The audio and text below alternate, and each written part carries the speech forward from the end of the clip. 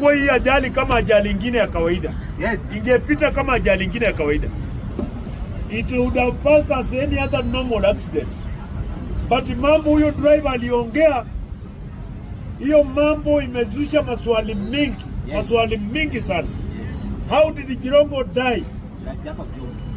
Jirongo alikufa namna gani? Alipatikanaje Naivasha? Kweli ukitoka hapa Kareni unataka kwenda Gigiri hapa, unaweza potea mpaka uende Naivasha. Unaweza potea mpaka uende Naivasha. Ati umepotea njia. Alafu ufike sijui huko wapi, unageuka unarudi Nairobi. Garai.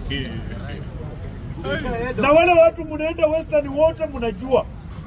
Wenzangu wa Jaluo, wa Kisii, wa Luya, wale mnaenda hii barabara wote mnajua. Magari za kwenda nyumbani, gari ya mwisho inakuanga saa 4 kutoka Nairobi. Climax ya mwisho saa 4. Sasa kama gari kama Climax imetoka Nairobi saa 4, inapatikana namna gani Naivasha saa 9 ya usiku? Na jamu hakuna.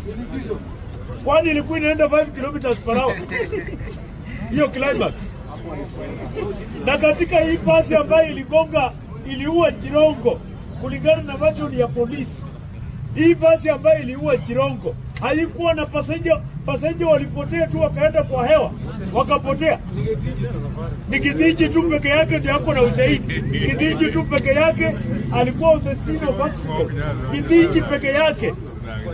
Hatujaona hata abiria mmoja kutoka kwa hiyo basi. 65 passengers. Abiria 65, hakuna hata mmoja amejitokeza. Si walikuwa wanaenda Busia. Hatujaona mtu uko Busia akisema yenyewe nilikuwa kwa hiyo basi. Hakuna hata mmoja. Hakuna hata mmoja. Tunataka kujua